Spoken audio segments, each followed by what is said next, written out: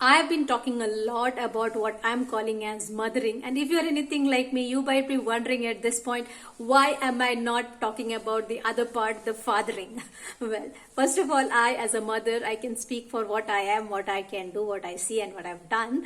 That's the first thing. Second thing, if you take science, if you take research, if you take scriptures, if you take experience, if you take nature, everywhere it's the mother whose influence and power on the child outweighs that of a father. Definitely, it does not mean the father does not have a role, but the role of a mother is definitely, even early childhood education, even learning challenges, everywhere it's the mother who is the superhero when it comes to parenting. Now the second aspect of it, like when it comes to Islam, is that where a mother is given 3 times more honor than the father. Now in Islam, whenever honor is given, that means that comes with responsibility and accountability. Let's take the most honored living creatures to walk on earth, and that is the prophets. That means the most honorable people they were, the most responsible and the most accountable humans they were on earth. So same, when a mother is given the honors like that, that means she has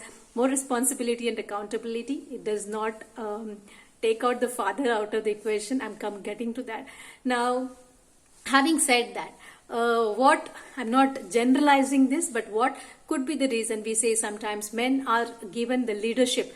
At least in Islam, we see that they are the leaders of families and societies and all that. Now when the leadership is come, you have more responsibility as well, but there are things that a woman does a man cannot do, because it's in our blood, it's in our DNA, it's in our it is natural to us. So especially when it comes to mothering, so what a woman is called Malika house, the queen of the house, and that is not given simply like that. When the queen of the house has to be the queen doing the things that she has to do, what do you think?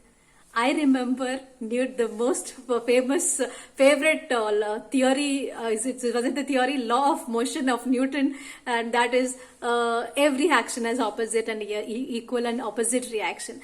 When this queen, who is responsible for her children and other things at home, is happy, is emotionally, mentally, physically, everywherely, she is stable and content, and she is fulfilled, then she gives her best. So when she has the best, she gives the best. Now it is the responsibility of the man to be a little wise, and not many times men could think that when he is considering his wife, when he is giving extra care or consideration to the mother of his children, maybe he is doing, why should I do it for her, or it is her what you are saying. I'm sorry, don't be stupid, because when you are taking care of your wife, your mother's children, you're indirectly taking care of your children also, because the mother who is happy, content and stress free, she delivers, she does her best than the mother who is stressed, drained and everywhere she is weak. She whatever is inside will definitely come, and as a mother it will come on definitely on our children, and of course if you have aged parent, that might come on them also. So when a woman of the house is happy, man, please know that your house is going to be happy, especially when the mother is again a stay-at-home mom. If she's a stay-at-home mom, the stress is even more, because she is sometimes having this feeling of being dependent or not being independent in many ways, not just in financial, in many ways.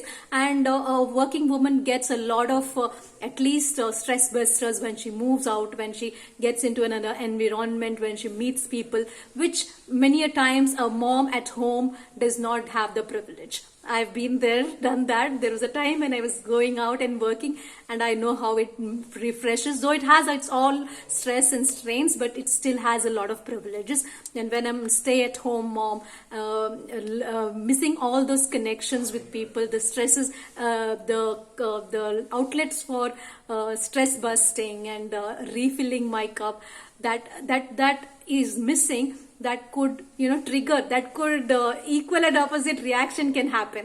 So when what the man can do is make sure that your wife, your mother of your children is emotionally, physically, mentally, everywhere she is fulfilled. Give at least whatever is possible from your end. That is number one. Number two is you are a role model for your children. Definitely your children are watching and growing with the kind of your role you have at home. Now if you have girls and you are, and in case a man is an overpowering man and she thinks this is how a man is, he's going to overpower the women of his house, and this is what she's going to expect from her future spouse as well. This can make her hate the men, or it could also make her stay away from marriage in future. That is not something to be taken lightly. And the second, if you have a boys at home, your boys who are seeing you do what you are doing, and they could get set you as a wrong role model. One, they could think this is how you treat your woman. They will start treating the way you start the woman, your wife. They will start treating their sisters, their mothers, and ultimately when they married to their spouse and as well as their children. So that could be you who could be passing the generational trauma. Or second, if the son has a very close relationship with his mother and he sees you mistreating or disrespecting his mother, he could grow up hating you. And then when you are at the receiving age and he is at the giving age, when he is the man of the house, he will replicate all that hatred towards you, maybe in his behavior, in his attitude, in his responsibilities. And then people are going to only see that ungrateful son. They will never see the man who has made him that ungrateful. So be wise men. When you're treating your wife, you're not only giving their rules, rights and responsibility which Islam had come to give them, you're also taking care indirectly, making sure that your children, the elderly at home, are happy, because when she is happy, she gives that to others. And then you are going to be the role model for your daughters and sons.